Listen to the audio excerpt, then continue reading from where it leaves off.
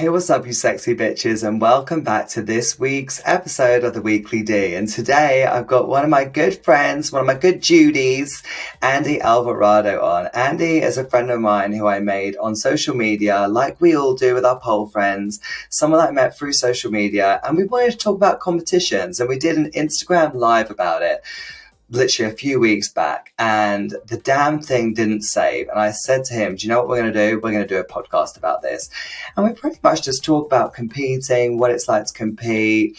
And yeah, so if you're ever thinking about competing, this is an episode that you have to listen to. So this is the Weekly D, because honey, if you ain't getting your D on the daily, you should at least be getting it once on the weekly. If you're not getting any and you want some tea, then come and join Dan up on the Weekly D. It's the Weekly D. Oh, hey, sexy bitch. It's this Andy, everyone. Hey, Thanks for coming on my podcast. I need to know, okay. do you prefer Andrew or Andy? If I'm in trouble, I'm Andrew. If I'm not in trouble, I'm Andy. That's how we track that. So if you call me Andrew, I'll know Dan's not happy. Yeah, okay, perfect. I just, when you sometimes you see people on social media or you like see them on their Facebook and it'll be like Andrew here, Andy here. So it was just like, oh, I wonder what you prefer. So you prefer Andy?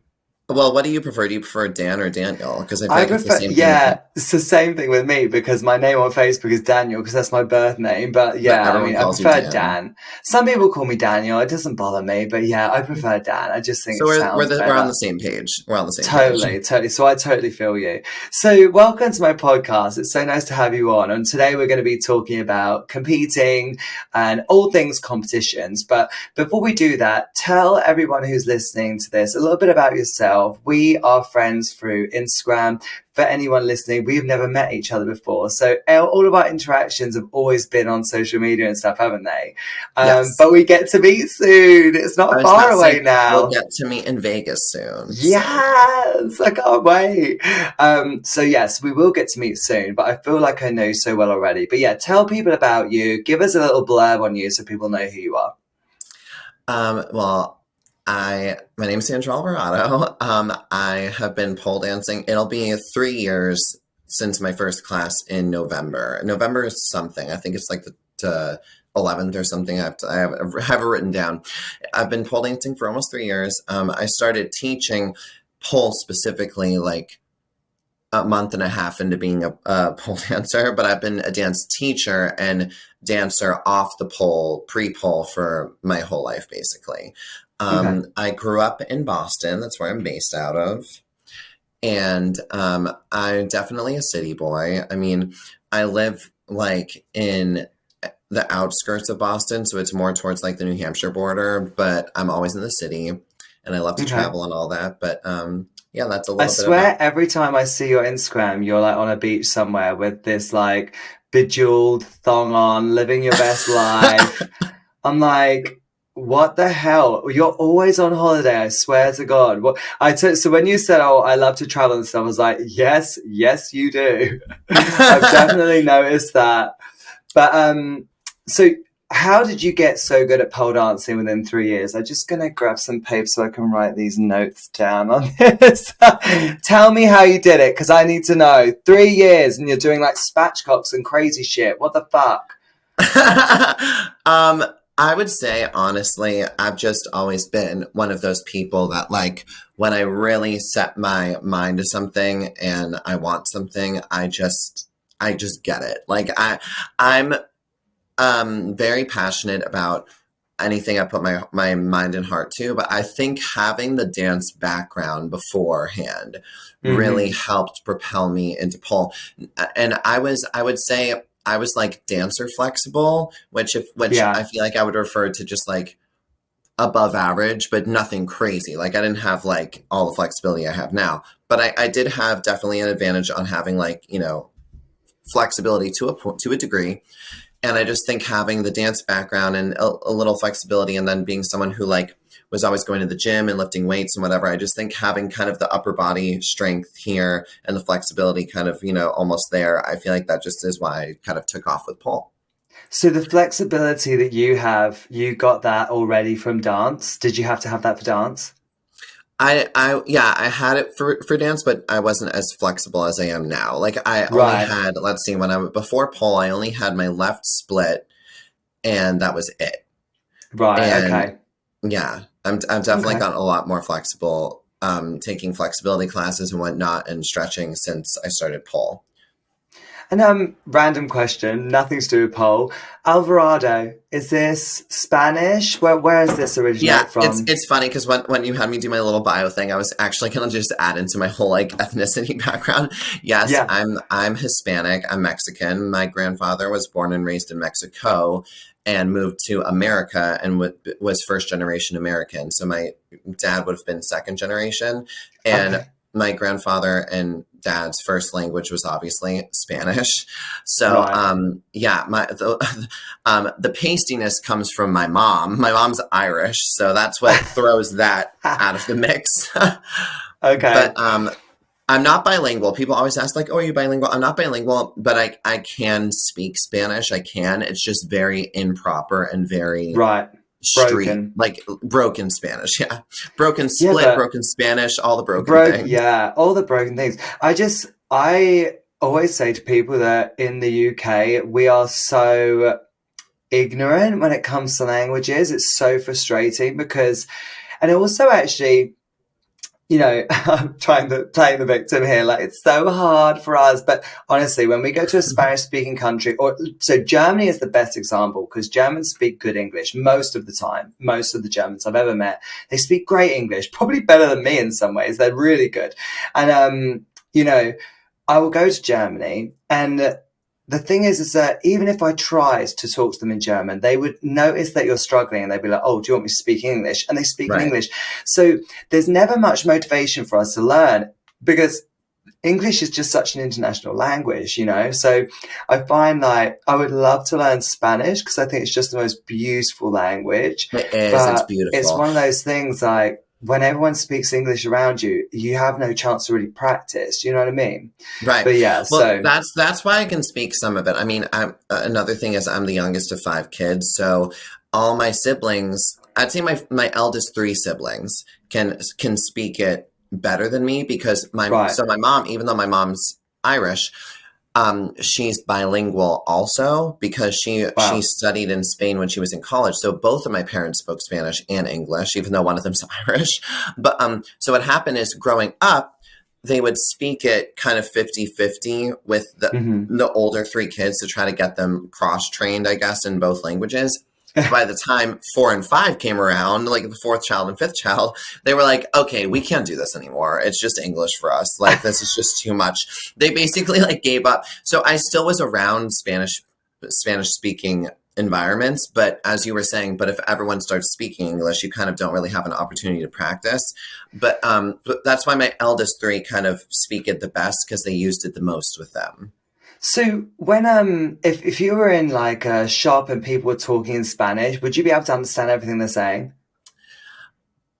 Yeah. So basically, here's how I describe that. So if the full sentence, if the full convo they were having is yes, and like later I'm gonna meet you at the club and then get like a burrito and then blah blah blah blah blah. What I would pick out of that is their meeting later at a club. Like that's all I'd pick out. Like Right. I wouldn't. Okay. I'm not able to pick out every single detail, but I would Right. understand definitely like the context of it. Right. Okay. And also on top of being Hispanic and my dad being full on Mexican, he both of my parents also were Spanish teachers at schools.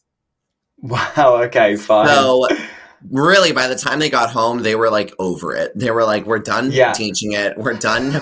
I'd be like, "Mom, like, how do you say blah blah blah blah?" And she'd be like, "Shut up! Like, no, you're done." I'm not talking any more Spanish today, bitch. So Yeah, it's English yeah. only No from more here on Spanish out. for you, honey. She'd be like, "The only Spanish you can have is Christina Aguilera's Spanish album," and I'd be like, "Okay." So there's five of you, five Yeah, siblings. And it's not are you the only gay one, if you mind me asking? No, listen, I think so. Right, just to reiterate, y'all, me and Dan have never met in person, but I feel like in another lifetime we have though, because I feel like every conversation we've ever had, it just is like this chaotic flow of energy, and I just love it. So, We're here um, to talk about competitions. I'm like, wow, you've got five brothers and sisters. Are any of them gay? no, all question. I'm an open book, sweetie. No, I'm the only gay one, allegedly. Okay. Allegedly. Allegedly. Well, for Um, now. I've had my suspicions in the past. No, I'm just And kidding. do you do you have any problems? Did you have any problems, coming out to the family and stuff, and with the whole pole thing? Because my dad, for me, when I told him about pole, my dad was like, Dan, you're not going to make money from pole. Like, this is just a hobby. He's like, you can't do it as a job. Oh, how we laugh now.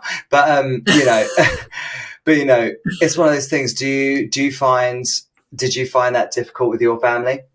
Yes. So yeah, that's a lot to unpack. I'd say my dad stopped talking to me when I came out of the closet, which was years before Paul. So like, I don't even know where that motherfucker is, but he's somewhere gone. But my mom has still been in the picture. And when I started Paul, so this was years after I came out, when I started Paul, um, my mom, let's just say she had a similar reaction that your dad had, but it was less about lucrativeness and more about like religiousness. Like Oh, it was okay. less to do with like, oh, you're not going to make money. It was less about that. It was more like she was like, no, you're just a whore.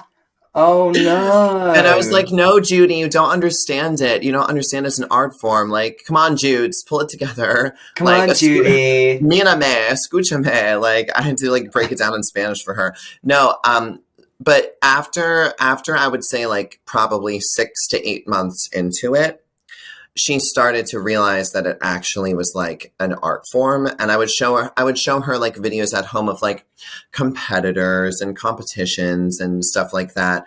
And she'd be like, my mother, I got the dancing gene from her. She was an apprentice dancer at Boston Ballet, in the Ah, company okay. as a professional Wow. ballerina at starting at a young age. She actually was the youngest member in the Boston Ballet Company because she was so talented that even though she wasn't 18, at 16 they were like, you're so talented, you belong with like the big kids, like the big leagues. So I got that. So once I started showing her like competitions and stuff, and I think once she saw like all like the lines and like the gracefulness behind it, I think it kind of like somehow like the pole and like the ballet kind of like met in the middle. And she was like, oh, so this is like legitimate dance. Okay. Like I get it. I get it now. Yeah. So it kind of It's was, one I of had to those kind of, it's one of those situations, like, even though like sometimes we dance in heels and stuff, you get out the videos of people like Dmitry Politov and stuff, you say, no, look, this is trying to like prove the legitimacy of it, and you're like, and they're like, oh, is that what you do? I'm like, yeah, kinda. yeah, I'm like, usually when I pull people out as an example, I usually don't pull Dimitri out because then if I show Dimitri, they'll be like, so do you have like a death wish? right. Are you okay? Do you want to like hurt yourself? Like, are you feeling okay? Do you need me to like call someone? Like, Dimitri is just next. Like, I don't even consider that man a pole. That man is just like, he's not even a man. He's just like, I don't even know, like a ninja. Like, it's, He's like parkour meets pole, yeah, isn't he? Definitely, I would yes, describe his yes. style. Very Yeah. well said, darling. So Cheers. who is your go-to to show people, to be like, this is what I do, like, this is similar to what I do or what I want to do, and who do you normally show people? I'd say when I was a beginner and I like wasn't good, I would show like a million people. Once I started getting skills, now I just show video clips of myself. Oh, fair enough. Yeah, of course. Yeah, Well, because you don't have sometimes. anything to really compare it to before. Like I would show clips of like Marlo Fiskin or like when Yeah. I'd show clips of Marlo and you and other people I felt like you were in my list of people I would well, because especially male representation, we'll get into that in a bit, but that's something that there also isn't a lot of. So it's kind of this thing I experienced as as a beginner slash still to this day as an advanced poler, something I experience is like once you tell someone you're a pole dancer as a guy, they like really don't get it. And then if you show them a video of like Marla Fiskin or like Janine Butterfly or like, a female poler, they're like, oh, this is like so graceful and so beautiful and so like sexy or erotic or like all insert whatever positive adjective they'd like. And then the moment you and me enter stage left, they're like, what the shit are these men doing here? Like what? Right. Like, they're like, I don't get it. I don't get it. And I think it's funny as well. I don't know if this will, we got to be really careful what we say here because me and Andy are trying to not get cancelled on this show today. But like, I'm trying to not get cancelled every day of the week. Point blank, period. I feel like it's very easy to tell when you see a gay male pole dancer and a straight male pole dancer. It's like we were talking about Dimitri, I could show people videos of him, but I don't move like him because I'm a different type of dancer. Mm-hmm. But I don't, it's like Gomez Pole is one of them. Juan Palacino, again, they all move like straight men in a sense that it's very parkour pole style. And a lot of the gay men tend to be a lot more dancier, I find. We tend to have a little bit more of a flowier movement. Now, that's such a generalization to make. I'm sure there is probably some gay guy out there who is parkour style, maybe. I can't think of one off the top of my head. Probably not. No. No. I'm like, no. I can't think of one, literally, off the top of my head. Right. Like, it seems like a generalization and it seems like a stereotype, but it honestly is genuinely true. And actually, you saying bringing the whole parkour thing up actually resonates really close to home with me because actually one of my brothers does parkour and him and I never took gymnastics growing up. That's the thing. Like anyone who is a gymnast before pole, I hate you. I know. Because it's like you had such an advantage on all of us because like you're used to being upside down and flipping and just like trusting that you're going to catch yourself. And not just that, but the flexibility, the contortion, all that. But not to go on a side tangent. Shout out to the gymnasts out there, but also we don't like you. You can't. Yeah, we love you, but we also hate you. We love you, but you can't sit with us. No, I'm just kidding. Yeah.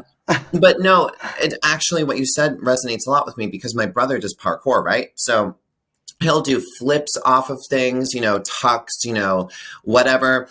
And it gets really hard in my family, in my immediate family, and in my extended family because what'll happen is like, especially because my eldest brother, he's supportive now of me being out and me being gay, but let's just say it took a while for him and his wife to come around.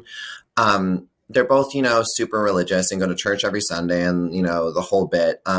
But I'm bringing this up because what'll happen is in family settings, right?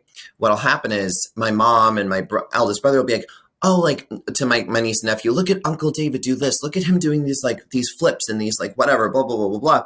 And then like they very intentionally like on purpose or like, and Uncle Andy, we don't talk about him like because it can like it is generalized, but also sometimes stereotypes and generalizations can be accurate. Like what you're talking about with like the straight versus like the gay pole dancers.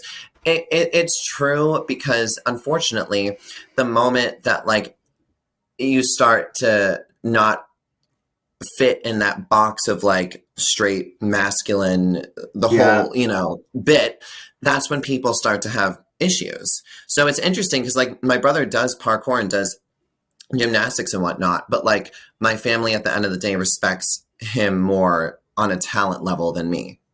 Mm-hmm. So it's different. It can be difficult sometimes. Yeah. This is going to actually kind of tie in a way. Do you feel like what pushes you with competitions and wanting to be really good at pole? Do you think that is what's pushing it? Is the whole sort of like not competing against your brother, but trying to prove the legitimacy to your family that actually what you do is just as hard as what your brother does? Do you think there's anything there? No. No. No. Oh, fair enough. No, but that's a really valid question. And you know what? I'm genuinely surprised that that's not my motivation and my motive. But I think the reason why is just my family growing up was not like none of them were accepting of me being gay growing up. So I think when you live in like an unstable, unsupportive like family and that doesn't really, essentially support you from a young age. From when you're groomed that way from a young age, you're never ever going to look for anyone's approval or anyone's respect because you never had it.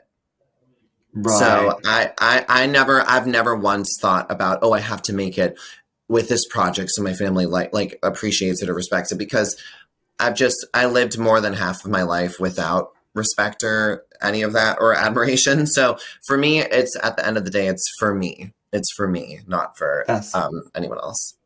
that's good though. I think, that's how it should be. You should only really do it for yourself anyway. Sorry, we really went off on a tangent there, didn't we? That was totally my fault. I just was intrigued to know whilst we were talking about it. But we're here No, to you talk know what? about You know what? Let's bring competitions. it back to Dan's question, ladies and gentlemen. So, are you the Yeah. only gay one? Yeah. So in your talking of, being the only gay one in your studio, are you the only guy? Are you the Yes, only you're the only guy? yes. Okay. I'm the only. They only had one male instructor ever before me, and this was. I never met this person because this was that many years ago. This was like a decade ago. What was his Because name? I have no idea. I've never even met him. Like I have no idea. He's not. Like, I don't think he doesn't have social media. He doesn't have an account. He's not prominent in the scene. I think he actually ended up getting fired. But I'm the second and only male instructor at my studio, Okay. So which when did you start? Oh, which has its downsides. oh yeah, of course, and we'll definitely get into that. But when did you start competing? So let's move to the competition talk Okay. because that's really why we're here. But when did you start competing? What was your first experience of competing? My first competition, it'll be a year ago, also in November. So I was 2 years into pole and first competition. Okay. And So it was how last did November. how did you get on? Did you place or what was your experience of it? Can you remember much of it? Of course, I live for the applause, as Lady Gaga would say. No, people were telling me, oh, you should start like at whatever level, and you should do this or you should do that, and I was like, I'm gonna do me, and I want to do championship. I want to do like I'm very competitive as a person, like outside of pole, just personality wise. So I like to go. I'm one of those people, like when I go in, I go in. So I did level 5. I got first place, but was not very happy about getting first place because the only reason why I got first place was because there was no other men competing in that in level 5 championship last year. So I got first place Oh. so I could have fallen on my face and gotten first place. So I was not happy about that because I was like, damn it. Like, well, because I really put my heart and soul into that performance. And it was a really good performance. I did a bunch of big moves. I did like Phoenix, Bird of Paradise, Avanji. Like I did a lot of big tricks for someone who's only 2 years into pole. And Mm. I remember being so upset. I'm like, where are all the other guys? And like the registration lady was like, you're the only guy in this category. And I was like, shit. Like I like wanted to take like my little trophy they gave me and like smash it on like the fucking wall. I'm like, I don't want this. It doesn't, because I It mean, means because nothing. it means nothing. I want to burn it. Uh, no, but like at the same time, I also had to take a step back and go, no, it also does mean something because the Mm. fact the fact is in the US, that is, there's not a lot of super advanced male pole dancers in America. There really isn't. So I kind of had to take a step back and be like, you know what, you do deserve this because for instance, I was just at nationals, right? And all the men who competed against me, none of them live in the New England area. So in terms of like where all, the more advanced polars are from, I'm like essentially like the only super advanced male pole dancer in New England. So like Boston, East Coast area. Which is kind of like, that's why at first I was really mad about the trophy, but then I was like, you know what, I'm kind of proud of it because I was like, it just goes to show that there's not a lot of super advanced men in America that do pole that are going to be going to like level 5 championship. So, Yeah. and all the men I competed against in nationals, none of them were, one of them was from Chicago, one of them was from like Illinois, and then the rest of them were from like LA. So it's like, you know, complete other side of the country. Yeah, yeah. Okay. And so, yeah, this is the thing, like, we don't have, just thinking as you said about it, we don't have loads of men here either. Like, it's definitely something that it's, it's really funny because I have two guys who come to my classes and they're straight guys and they're just really cool, like rocker type dudes. They've got long hair, beards, and they just come for some fun and like they're really good actually. And I think they really enjoy it. But they don't give a fuck what anyone thinks of them. Whereas most guys, especially around where I live, it's very much that toxic masculinity style. Just, ugh, just, yeah, horrible, like straight Yeah. guys. And Ugh, they, gross. where they just see a guy on a pole and they'd be like, oh, gay. Do you know what I mean? And, you know, yeah, it's definitely got its stigma attached to it. I mean, as a guy competing in pole, how would you feel about competing against the women? You know, it's funny because when I first saw, like, because it was my first competition last year, when I was first registering and I saw that the sexes were segregated, I actually didn't know that that was the thing because I'm still, you know, I was so new to it, slash, I still am so new to it.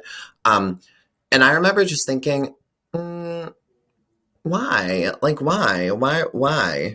Like, I don't know. I think part of me, I think I can understand the concept of why someone would think to do that, but at the end of the day, I think it's a little stupid because I don't think it ever. I think it's a little old. I think the mentality is a little old. I think that like the stereotype is like, well, women are more flexible and men are stronger, so it should be. It's not fair to put a guy next to a girl because he's going to be stronger than her, and then it's not going to be fair because she's going to be more flexible than him. I'm like, not necessarily. It depends on the Yeah, person. this is it.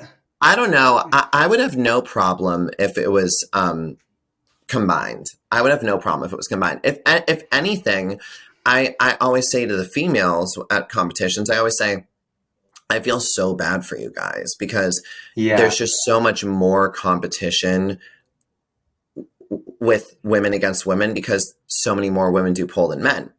But at the same time, it's almost, you know, you could look at it either way. It can almost sometimes be harder also to be a guy. And there's like only like, for instance, at nationals, there was only six guys at nationals, but then like the women's nationals, there's like a million. So it's like, I don't right. know.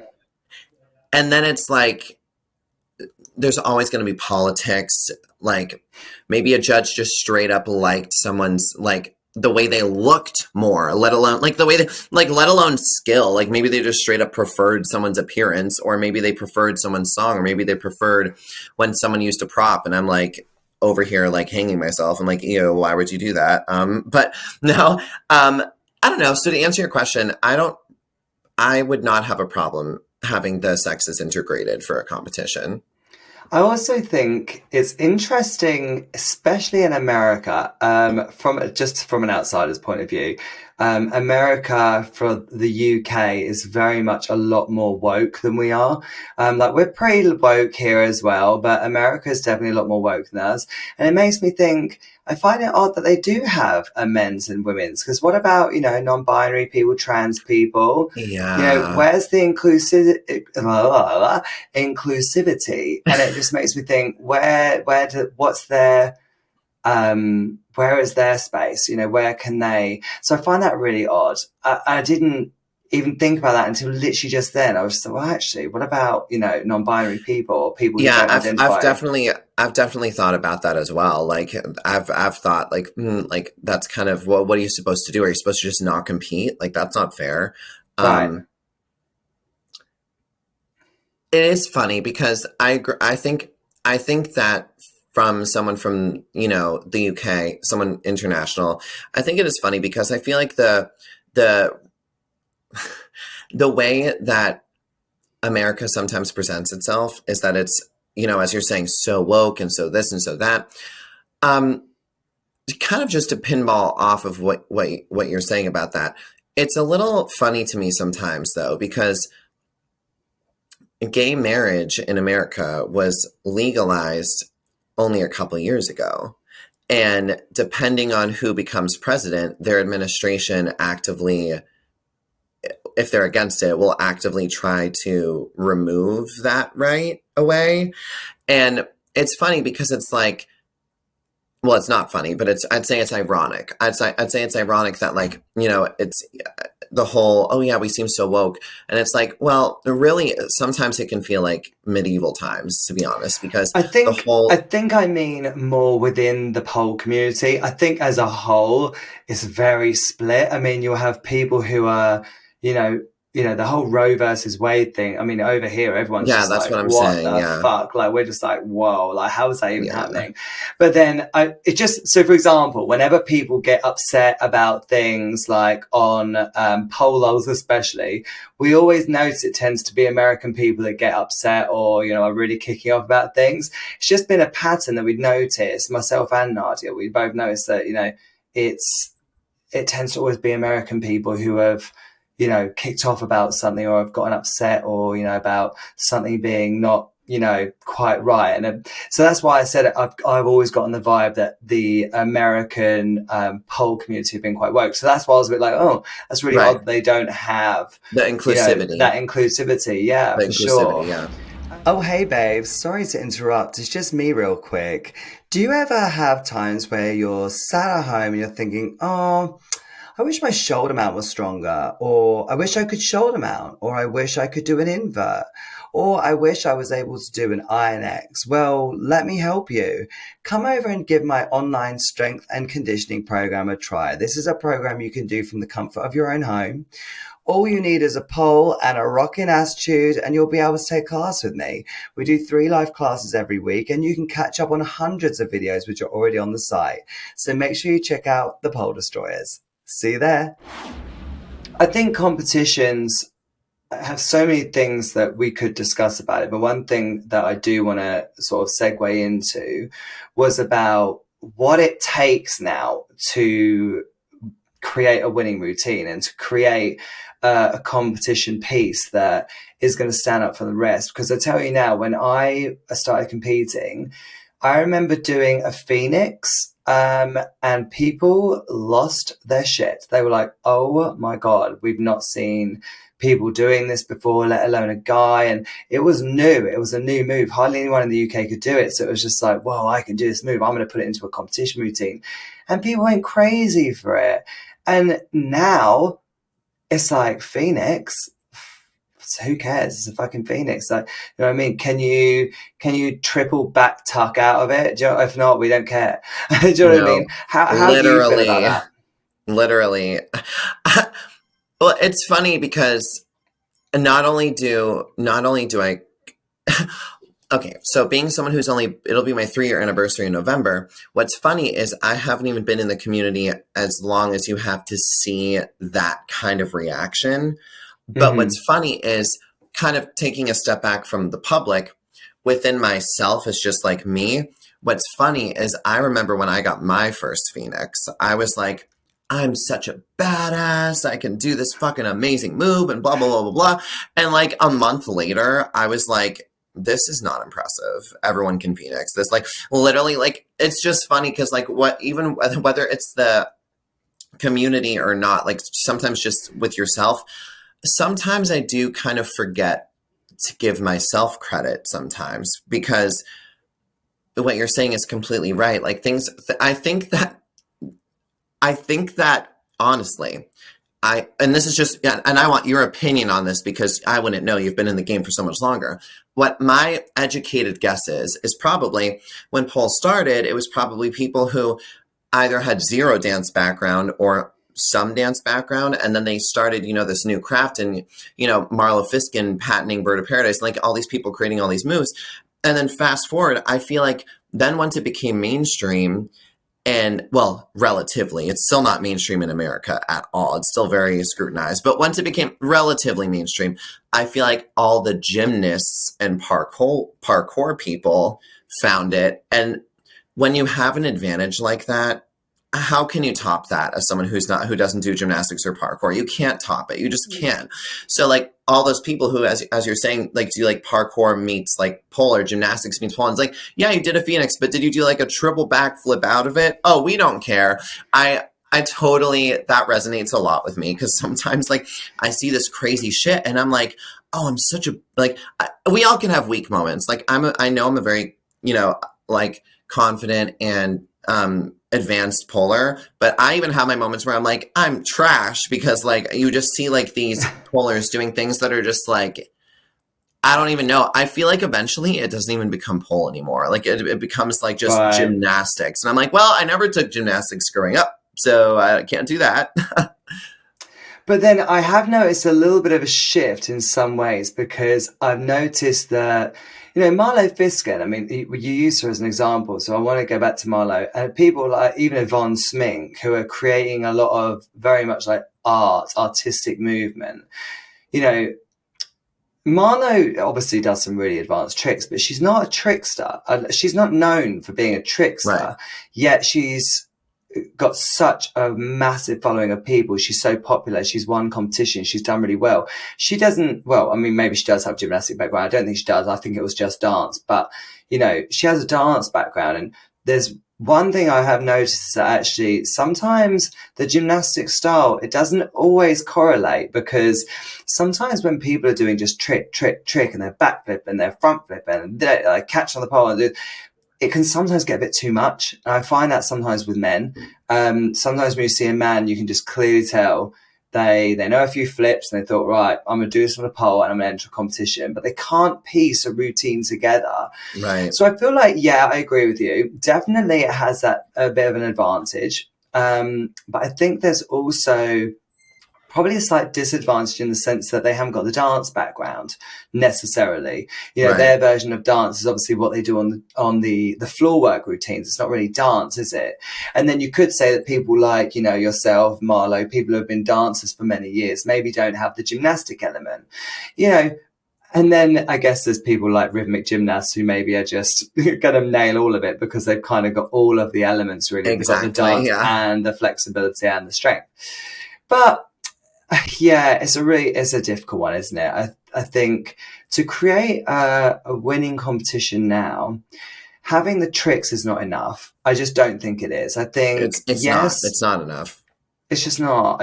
I know it's not because I've seen it more often than not that, the Yeah. big tricksters aren't winning because they're not able to perform. So I think for me, what creates a winning competition is being able just to have all of the elements, to be able to have enough tricks, enough performance, enough, of that stage presence, that sort Right. of like aura that you have on stage. There's something about someone being on stage and commanding presence. And I talk about this a lot when it comes to Una Cavella. Una Cavella, amazing trickster, of course, but Una knows how to command the stage. When she's on stage, you don't take your eyes off her because of the way she looks at people and the way that she performs. People are just transfixed with her and they're like, whoa, like, oh my God, I need to keep watching because she oozes confidence. And I think that helps a lot. And it's fun. And that's something you can't teach. Lots of people say to me like, oh, I need help with my stage presence. I'm like, I can give you some tips, but it's one of those things like you've either got it or you don't. I tell you now, my Mm-hmm. first competition, I got on stage and I just gave it because I'm a performer and I just naturally know how to put on a show. It's in me.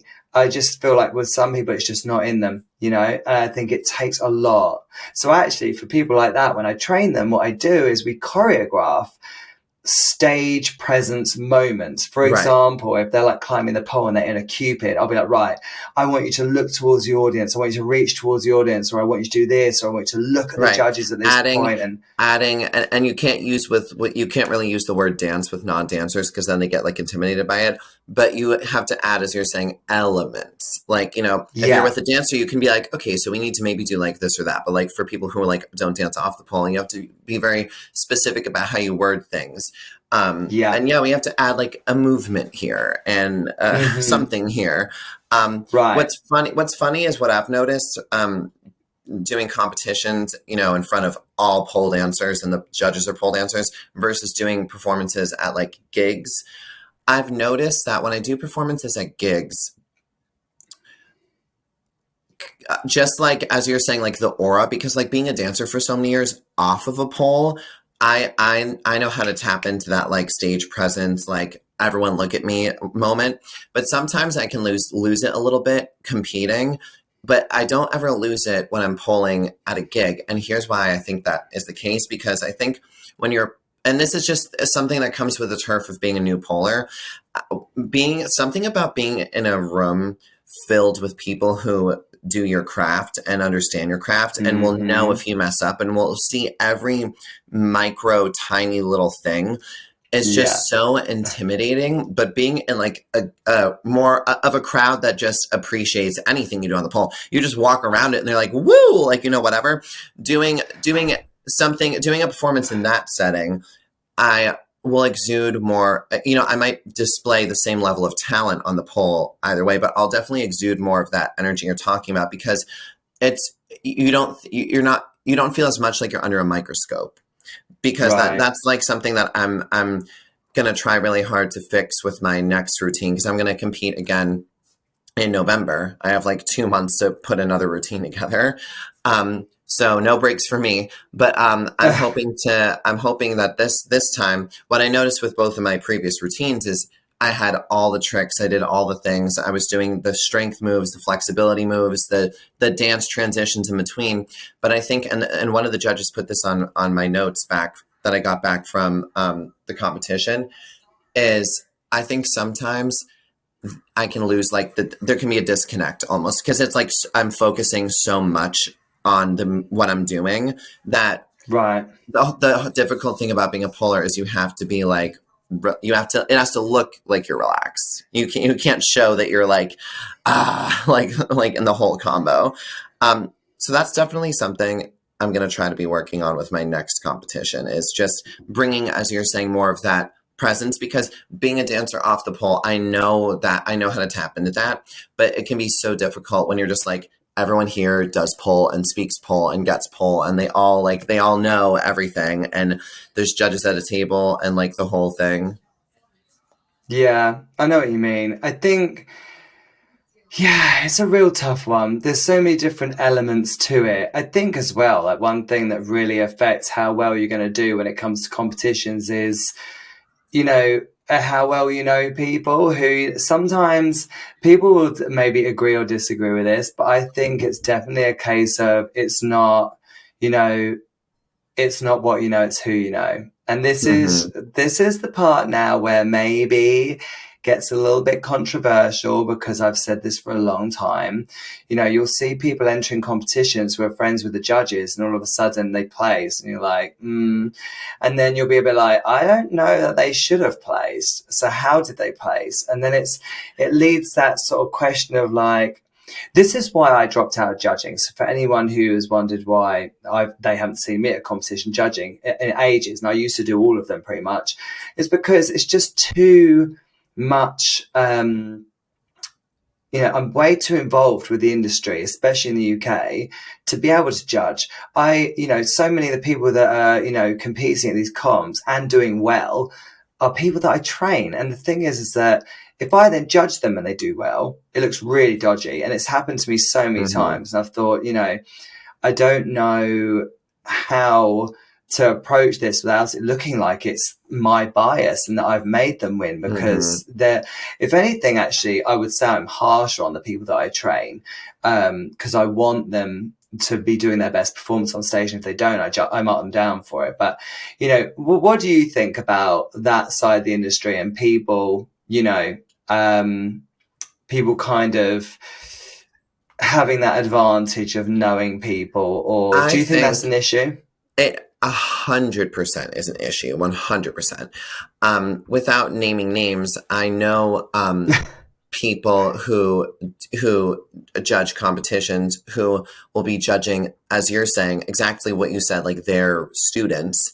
And it's like, it's not fair at all to the other people who are like traveling from like Montreal or traveling from like, you know, any other place, and like you don't know this person, and you're just gonna be like, oh, like they did a move, oh cute, oh here comes like my student, oh I'm so proud of them. Like it's a direct bias, and from what I've seen, it's not even subtle. Like they don't even try to be subtle about it. Like, and then they'll have like I think another thing that plays into judges scoring is honestly audience reactions.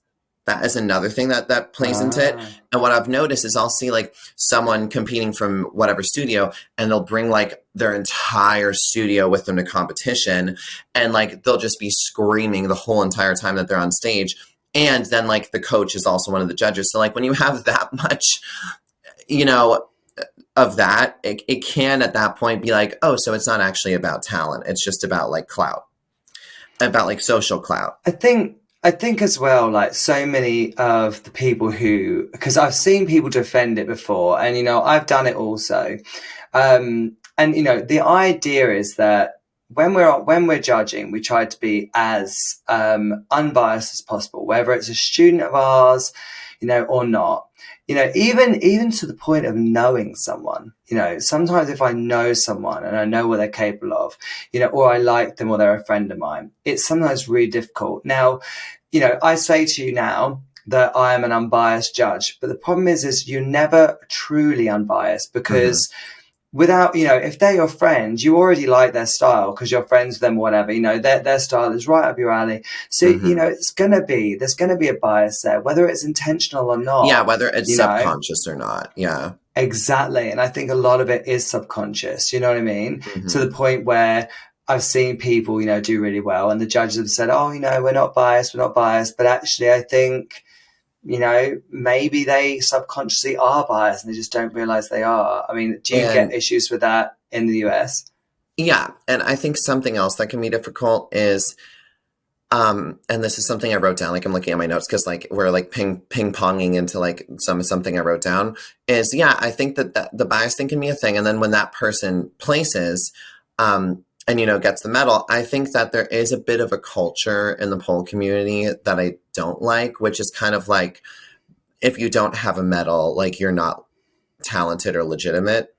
And I really hate that, because at the end of the day... Do you feel that way though? See, I don't know that it is like that, because there's so many people now that get workshops and stuff and have massive followings who barely compete. Look at Marlo.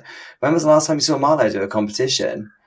Yeah, but I think it also just depends on the following too. Like if you have a huge following, it doesn't really matter if you ever compete again or not. Like Marlo, like she has like her own brand. Being I'd say being like a young early poller. I'd say more like in the for the newbies out there, or my newbie pollers out there. I think that there can be a little bit of an attitude towards the relatively new people that is kind of like, well, if you don't have a medal, like you can't sit with us kind of thing. And what annoys me about that is when it comes down to moments that we're talking about, like a bias moment, or even if they don't know the polar at all, but someone happened to like, as part of their routine, like, and I'm not talking about artistic or dramatic level, I'm talking about like championship level, or if someone like comes out and like hugs a picture and then like does their routine and then like hugs the picture again, and it looks like there's like a dead person on it or something like that. At that point, it's no longer about talent. It's like, it's almost becomes like sentiment. It's like, oh, like that was like sweet. And then at that point, it feels a little more like theatrical than like talent based. Well, because then it almost leads into that, like on America's Got Talent, Britain's Got Talent, when people tell a sob story at the beginning, and then it goes into literally, and then like they're like, oh, I don't know, like my dog died or whatever, and then I decided I'm doing this routine for my dog, and then they go into this routine, and then they get the golden buzzer, and it's this big build. Yeah, so you're trying to say that you think that people shouldn't be allowed to do things like that? In championship, yes. That's why, like in America, like for PSO, like we have dramatic level and artistic level and all these like other that are like meant for that. Like it's meant for the theatrics of it all. But in championship, I don't think it should be allowed. And it's no secret that I was really bummed about the results of my last competition. I'm not like salty about it. I'm more, I would say it was a learning curve because I think what I was so focused on with my last competition is kind of something you said earlier was I was just so focused on making sure I had enough tricks in it, making sure I did all the big moves. I was like, I have to whip out my spatchcock and do this and do that, all that, which I did. And I thought that that would like secure me like a place on a talent scale. And then there was someone who ended up doing like props and like a whole thing. And then at that point, I was like, okay, so maybe I should have just brought my diary on stage and been like, so here's when I came out to my dad and here's what he had to say to me. Like if we were going for like a sob story type of thing, I totally agree with you. It literally, I felt the exact way you're feeling. I felt like the whole like America's Got Talent. Like I'm just like a girl from like Oklahoma. I've been homeless for like 3 years. I've just been like trying to like climb up the ladder for like it like feels like a little bit like that at some point. And that's why with my next competition, I was telling you, I think I need to work more on just the stage presence than like the tricks, because I was like, I guess it doesn't matter. Like, I was like, I guess it fucking doesn't matter, I guess. Like, and that's something I think that's also evolved is I think what you were saying earlier is like you did a Phoenix and everyone, everyone was like, woo, I think there's been an evolution where it's almost not even it's not always about the tricks. I think it also and this is why sometimes it depends on the judges. Like, what if it was a bunch of judges that were tricksters and not like theatrical? Do you know what I mean? They'd be like, Right. oh, well, that guy pulled out a picture and hugged it, but this other guy did spatchcock, and that's obviously harder than hugging a picture. Like, maybe they would respect that more. So it does kind of become a little, as you're saying, like, whether it's intentional or not, it becomes a little subjective to like what your personal preference is. Yeah. And something that I'm definitely going to do with my next, if I make it to nationals again, I don't like to be ahead of myself. If I make it back to nationals, something that that I've noticed is, and I wrote this down. I think it's a big mistake, and I think this was just a rookie move. Like, I think like if like you and I were neighbors, I feel like you would have been like, Andy, don't do that. But I feel like this was like a rookie move. It was a mistake. I'm not gonna post huge moves that I plan on doing in my competition anymore, because what I've noticed is you're like, oh, I've been working on this big move, blah, blah, blah, blah, blah. And then you're posting like, oh, competition's coming up, whatever. And then all of a sudden there's someone over here who's never been working on that specific move. And all of a sudden, now that you're doing that move It's in their 24/7, routine. now all of a sudden they add that to their routine. And you're just like, I kind of screwed myself over on that one. Yeah, I've Shared a little too always much with the class. right. See, whenever I used to compete, I this is why I don't compete anymore. I was so over competitive, it was ridiculous. When I used to compete, I would never post stuff that was in my routine. I would never post it. I wouldn't even post little clips of it. I wouldn't let anyone know the song, the costume, the moves that were going to be in it. I would post because that's what I have to do for my job, but I wouldn't. There'd be nothing given away about what's going to be in it. All of the skills that are going to be in it would be kept until the end. Because, like you said, you don't want people to know where you're at. You don't want them to know how strong your deadlift's looking. You don't want them to know if you're Working on a certain big move that's like correct. like when you get like your hair done and like they're like, okay, here's like the money piece. Like, you don't want to The like show wow them like moment. your money piece moment. You don't want to show them like your Yeah. big whatever. And that's something that I definitely noticed with this previous competition is I was seeing moves worked on like leading up to it that certain people were not working on at all until they saw like me start to work on specific moves. And I was like, well, it's just my fault for oversharing. And I wish that I think I was just, sometimes you can just be excited. No, I think it's unfortunate. Like sometimes as like a newbie and like as someone who's like not in the game as I don't have the wisdom that I needed from Daniel Rosen in that moment. I should have called you on the phone. I should have said, Daniel, what do you think about that? But do you know what? I don't know that it's as much of an issue now because I don't know, back then there wasn't lots of people able to do, I'm talking years and years ago, back when Phoenix was a new thing. There wasn't many people that were able to do it. So that's why it was a big wow move. But now, if you were working on broken split, for example, well, a lot of your competitors could probably, or maybe even still find videos of broken split elsewhere. Do you know what I mean? So if they don't see you do it, they might see someone else do it. I think I was referring more to like when it's the specific competitors that are competing against you specifically, they're going to check on Yeah. what you're working on because you're their competition. Um, Exactly. And they are watching you, and that's the thing. because And, you know, you're right, because I'm not the first person to do spatchcock. I am like a baby polar. Like I'm not the first person to do bird. That's shout out to Marlo. Let's get her in here. Let's bring her back up. yeah, Um, yeah. yeah, so like We should have it's not called this the Marlo podcast, which we've just talked about how much we love Marlo, pretty I much. love her. I love her so I much. love her too. She's the The first best. time I ever got Bird of Paradise, I remember I like tagged her in the video and I was like, this is like Bird of Paradise was my ultimate dream move, like my dream pole move. And I remember like tagging her in it and she like commented on it and liked it. And I was like, Marlo, oh my God. Like I like fangirled out.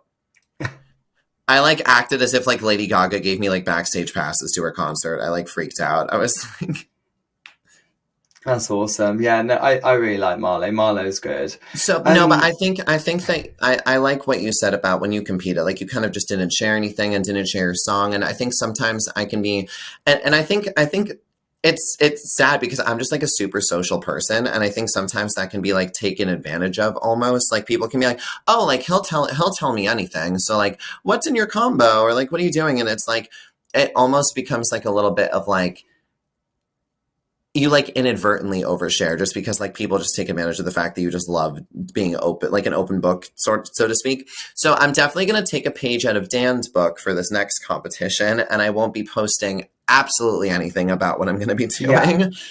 Yeah, just try and keep your cards close to your chest, I think, and just, you know, and then see what happens on the day. So just put your best foot forward and don't let anyone know where you're at. Um, Hmm. I'm conscious of time, but there's still a couple of things I want to talk about. So what do you think about people who say, because when it comes to competitions, there's loads of things that I hate about it, but one thing that I do really hate is when people say, oh, do you know what? I'm just going to go today and have some fun. I don't care if I don't win. I'm not there to win. I'm there because I just want to, you know, show people what I can do and have a great time. I'm like, bitch, come on. This is a competition. This isn't a showcase. Like, if you wanted So to do a show, go to a fucking showcase, babe. there was a girl who did that exact little skit you just did. There was a girl who did that at this last competition, and she got first place in her category. And it was so I'm just, and this is, I think, and this is one of the things that we both have in common, and this is why me and Dan connected people, because well, no, because I think one of the things is I'm very blunt and I'm very straightforward, and I'm just like, this is what it is, this is the situation. I feel like you're also very blunt, and Same. I can't stand like the fake like ooh like oh like I like can't stand that. Like I would rather be like an overshare, like I wasn't be like, yeah, and I'm putting spatchcock in and this one, like I'd rather be like that person than to the Mm, whole oh like you know I'm kind of just like here to just like exist and just like see what happens, see where the wind takes me. Because literally she like got off stage and like came backstage and everyone was like, how did it go? And she was like, you know, I just like got out there and just had like fun. There's like sweat dripping off of her brow. She's like, I right. just, you know, was just like, I just like felt like I was just having fun. I just felt like, you know, not like your everyday girl. I was just like a chilled, like relaxed girl. I was like, oh my God, I can't. And then, no, and then once they get the gold medal, they're like, what? Really? Like, I Me? can't, literally. So Oh, there was a specific person who was very, how do I put this? There's confident and then there's cocky. There was this really cocky person who was just basically just like showed up and was like, I'm getting first, period. Which, by the way, we love that. Like we love that energy. See, like so this person was kind of on the opposite side of the whole, like they were not yeah, saying I'm just here for fun. They were like, I'm here to kill you all. And I yeah. was like, yeah, yeah, like I like that. I like that. So like I liked that energy. Now here's where the plot twist happens. When that person got a specific placement, they did the whole thing that this other girl did. What? Like, really? Like, what? Stop it. Like, are my ears working? And it's like, no, like, you should be able to just own it. Like, I totally agree with you. It's not a showcase. Like, you work really hard. And here's the thing. Both of those people deserved it. Both of those people Yeah. rightfully deserved it. They practiced until they bled. Like, those people deserved it. But you're right. I like, whenever I hear the whole, I'm just like here to just like maybe play like cornhole and just like have a splash, have like a laugh. Like, no, you're not. You're here. It's No. cutthroat. This is intense. This is the It moment. needs it needs to be friendly. It needs to be fun still, of course. Of When people say I'm course. here to Yeah. have fun, yeah, we can still have fun and be competitive, and it's okay. And I hate when people are super competitive and they don't talk to any of the other competitors and stuff. It's just horrible. I hate that. But there's nothing wrong with going to a competition and being competitive. That's why you entered the competition, because you wanted to Hmm. compete with the best and you wanted to prove that you are good enough to be with them. And I don't see Absolutely. why that should be a problem. But it bothers me when people and don't get me wrong, like everyone deals with their nerves in different ways. Like different people deal with their nerves in different ways. And for some people, they may just be like, "Do you know what, I'm going to downplay it so that it makes me less nervous." Because if I say that I'm here just for fun, it takes away from the fact that I've actually got to really try my hardest and try and win this gig. Whereas I'd rather just be like, "Do you know what, I'm going to try my best and let's hope that." I wish they'd just be like, if they don't want to be like, "Yeah, I'm going to win, I'm going to do great," I'd rather they just be like, "Do you know what, I'm really nervous, but I'm going to try my best because I've really worked hard on this routine. I hope it's amazing and I hope the judges like it too, because, I'd love to Hmm. do well." Just be honest. You don't have That's to be like, "Oh, I'm that's going to exact. win." That's exactly what I said actually when I got there. I literally was like, "Listen, y'all, I'm just gonna try my hardest." Yeah. I was like laughing backstage and everything. I'm like, I'm just gonna try. I mean, what else can you do? You just gotta try your hardest and put yourself out there and see what happens. One thing I always say when I'm backstage is I always say to people, like, why do we do this to ourselves? Like, how do Oh, everyone you, was saying that the whole time. Like everyone was like, "Why are we oh, here?" like, why? And because I get to the day and I'm like, a bit TMI here, but I'm literally like, I've got the worst, like, shit ever. I'm shitting all day because I just can't stop doing nervous shits. Like, I swear to God. Me and Sam King, actually. So, Sam King, love you, babe. Me and Sam King, whenever we compete, we always have to take wet wipes. And there was like, we always got our freaking wet wipes ready. We're ready because we know we are just going to be shitting all day because we're just nervous. The adrenaline, and Oh, once you're perfect. done at the Oh, perfect. competition, like, So this is actually really great, y'all, because this is really nice to know it's not just me. I was absolutely also shitting. I was just like, this is, I like went to the bathroom like 12 times. I was like, I'm freaking out. when you're like at the side of the stage and you're like, and you're about to go and you're like, I feel like I need to pee. And you're like, no, you don't need to pee, because you Yeah. did go to pee just before you went Yeah. down. And all of a sudden you're like, I need to pee. And you're like, oh my God, like, what if I like piss myself on stage? Of course you're not going to You piss have like a yourself. pitch perfect moment. No, Right, exactly. Just throwing I'm, up on stage. my thing I do before I go on stage is first of all, I can't look at whoever's on stage. Like I can't watch because I'll just like get in my head and be like, "Ooh, maybe I should." Want to know what it is? It's because I'm so competitive. So if they like did like a variation of something, I'll look at it and it'll be like, maybe I should try that on the spot. Like I can't. I don't trust myself. I just go like this. I'm like, nope. I gotta like horse blinders. I'm like, I'm not gonna watch because I'm like, Andy, stick to the script. Stick to the script. Stick to the Yeah. script. See, But my thing is I like drench my body in dry hands before I go on stage. My like you have to pee before you go on stage. I when I get nervous, my palms sweat. So I'm like, there's not enough dry hands. I have like a gallon. I'm like pouring like shit in my hands. do you know what? When, a funny story. I actually really badly fucked my hair up once with. So I thought of this really clever technique, right? That I thought, you know what, this is such a great idea because this will really help. And it did help on the day. So I didn't put any product in my hair for this routine. And I did I think it was a Spider-Man routine. But back when I first started competing, I was really suffering with hyperhidrosis. My hands were really sweaty. I mean, even just sat here now, they're a bit clammy just because the Yeah. room's warm and because they just feel like doing it. Do you know what I mean? So they do No, get me quite too. sweaty. I have very naturally sweaty hands. I was on stage and I had choreographed into my routine. When I went into my Remy and my layback, I reached my hands through my hair and then grabbed and then pulled down, then grabbed back onto the pole. So I thought, I'm going to put dry hands in my fringe. So I doused my hair in dry hands. Well, FYI, people, do not put dry hands in your hair because it dries it fucking out. Oh my God, my hair was so dry. I had to put overnight conditioner on it. It was fucked. Like it was literally. Not It felt overnight like it was conditioner. fried. Oh my God, it felt like it was Yeah, guys, fried. It was horrible. guys, this But this yeah, so isn't this isn't just the Daniel Rosen Andrew Alvarado podcast about competition. This is also sponsored by your local hair salon near you, and this is yeah, yeah. And a dry few tips hands. on what not to do if your hair is a little dry this summer. Okay, Yeah, yeah. Whatever you do, don't put dry hands in it because it does, funnily enough, dry your hair out. L'Oreal does not approve. Not sponsored by L'Oreal. No, it's What's Oh, sorry. I was just going to say, what's the worst thing to have ever happened to you on stage? Have you had anything embarrassing happen? Have you slipped or tripped over or like um missed the pole? No, I mean, I've only competed twice. So what happened is the first combo I went into, it's funny because if someone said to me like what is a move that you love but it's your least favorite move that you love, like you hate it. I fucking hate Gennaro, but I love it. Like I hate it. I hate it, but I love it. It's one of those moves that like I can only do it on my left side. I can't do it on my right side. And what happened is I had learned how to do Gennaro on spin. And my first competition, I had done Gennaro always on spin, always. Like, and if you can't tell from my Insta, I like a spin moment. I don't really like a lot of static. So I decided to end my piece doing Gennaro on static. Well, my body didn't really like that. So I like went to go do Gennaro and I like fell, not like fell, but Came down. rolled off of my Right. arm, but caught myself in an inconspicuous way and just quickly was like, oh shit, like I have to like throw in another, because that was going to be my ending move. I was like, I have to throw something else in really quick to end like with a like nice extension.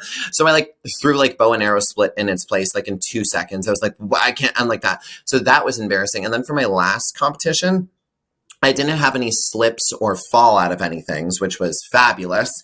But no one else knows this, but now everyone's going to. Who cares?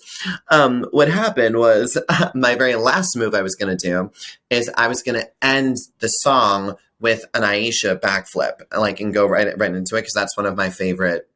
That's actually a move on static I like.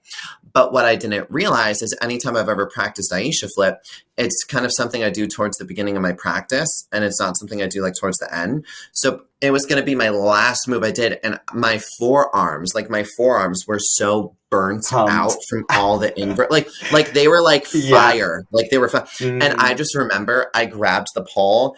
And just from closing your fist, like actually my forearms are sore from practice the other day. Just from going like this, like my forearms just like yelled. I'm like, ow. I remember I grabbed the pole and just in my, when you're about to do a move and your body's just like, no. I was about to do a move and my body was like, no, you're not going to do that, sweetie. No, So sweetie.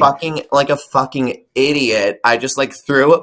I'm in championship level. I've done like spatchcock, like regrips, like I'm doing alfonges, and then I end my competition with a fucking upside down crucifix, like an idiot. Like I was like, I would have been better off, Dan, just going like this, like just like and like extension, just like presenting to like the audience, and I'm like, Yeah. I have to end in an invert, so I just like did a fucking ugly ass crucifix, and I looked like Jesus, like as he was getting crucified. It was like it was a bad look, and I like But what extended made the. you, but what made you put that move? So, okay, so I've got a question for you then, because when you were doing your run throughs, were you able to do that move at the end of the routine, or did you not do a full run through of the full thing?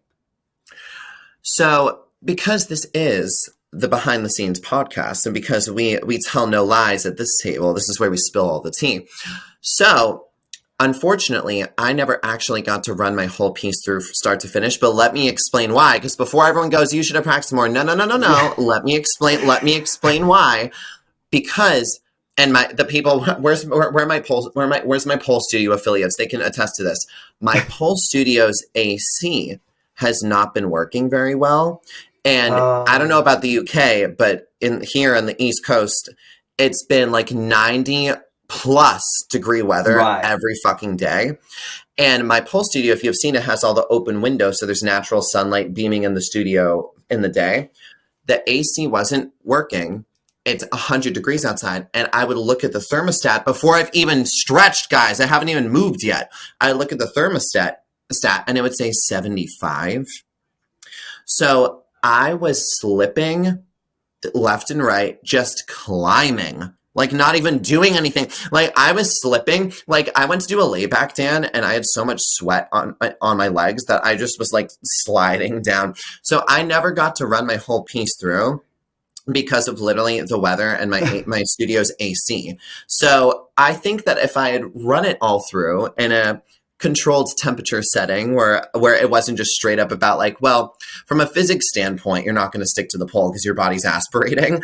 I think if I was in a space where I could have run it, I would have realized that that probably shouldn't be put at the end, and I would have done something else. I probably would have done it in the beginning, but you know what? I try not to get too upset if a move doesn't work out or something, because then you just put it in the next one. And then if anything, I just try to think of it as great. That's one less new move I have to come up with for the new combo. I'm like, no one's seen it before in a competition. So perfect. No, but I did think it was so funny every time I watch it, Dan. Like once the actual video, I get like the professional video, I'll post it, but you'll laugh so hard. I do like all these crazy tricks like spatchcock, Fonji, like all these things. And then I just end the routine in a fucking upside down crucifix, and it looks so fucking stupid. I should have just literally just stood there and just like presented like my arm or something and just called it a day, but no. It was what it was. My forearms were like, we're burnt out. We're burnt out. My forearms were like, there's been a lot of inflation in the economy and also in the muscle department, just a lot of inflation. Like my forearms were just not having it by the end of it. But I'm very excited that this next competition I'll be doing is in the winter, where I won't be sweating my ass off in the studio practicing. So I definitely say a takeaway from this is I prefer winter competitions because you're just drier and you're less sweaty. And I mean, you know how it is. Sweat plays a huge factor. You could be not even tired at all, but if you're sweaty, you're just not going to stick to the pole. At that point, it has nothing to do with like strength or mobility or agility. It just has to do with like, you're just not going to stick to it. It's that simple. But luckily, something I loved about the competition is the room that it was in was the temperature was extremely regulated. So the temperature and the competition, that's why I made it through the whole combo without slipping. Because what's crazy is, my last thing I'll say about the run through is when I was doing the piece, I wasn't even making it through the first section sometimes because of how hot it was, like the first section. But then that's why when I was in a room with controlled temperature, I breezed through, 90% of the whole thing without, any issues. But yeah, it was a bad idea to end with that. It was a bad idea. Yeah, it's one of those things as well. Like, this is why I would, if I did ever compete again, I'd always avoid like summer ones, especially now because it's just so hot. Like, we had the worst summer in terms of heat. So, I mean, fuck entering competitions in that heat. But do you know what? I feel like there's still so much stuff that I wanted to cover about competitions, but like there's just so many different sort of like levels to it. And for anyone listening to this, I'm going to do a little plug now. I'm in the process of making a course where you can learn all the elements you need to learn about competing.